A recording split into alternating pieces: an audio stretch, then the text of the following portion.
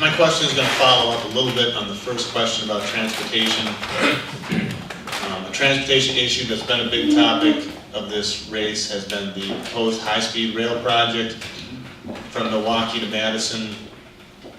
What's your position on that? Would you try in making some of these spending cuts, would you consider halting that project?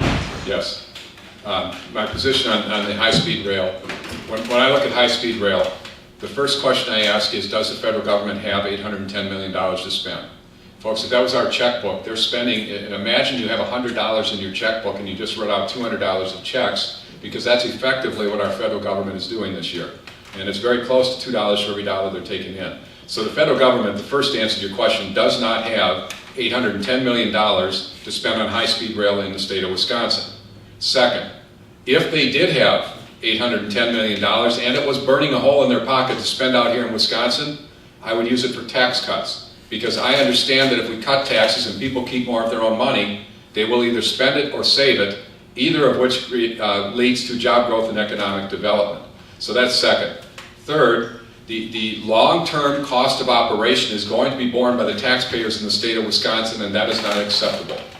So I would absolutely stop the project. I'm a business person, folks. I am in business. We have started projects in the past that have not worked, and we understand that even if you spend some money on those projects, if they are not going to work, you pull the plug on them. So I would look at the long-term impact on the state of Wisconsin and pull the plug on the project, understanding that the long-term cost to the taxpayer is tremendous. I don't want to leave the rail discussion there, though, because I learned something it fulfilled what I was thinking, but clearly I heard this out on Main Street. We were in a community, Main Street visits, we're visiting with the business owners and the people that are in their stores and operation. We're doing this all across the state, and I stopped in one business, and it was actually in a community that the train was going to stop at. They were adamantly opposed to it.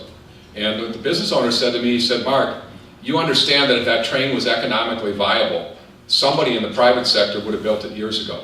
So I want to be clear that I'm not opposed to train as a means of transportation, but rather I'm opposed to taking tax dollars that the federal government does not have, and my grandchildren are going to bear the responsibility for, and I'm opposed to a negative operating balance on an ongoing basis. If those problems can be fixed, and this thing becomes economically viable, or somebody can build a business model that works, it's not the means of transportation that I'm opposed to, it's the means of payment and the burden on the taxpayers long-term in the state of Wisconsin.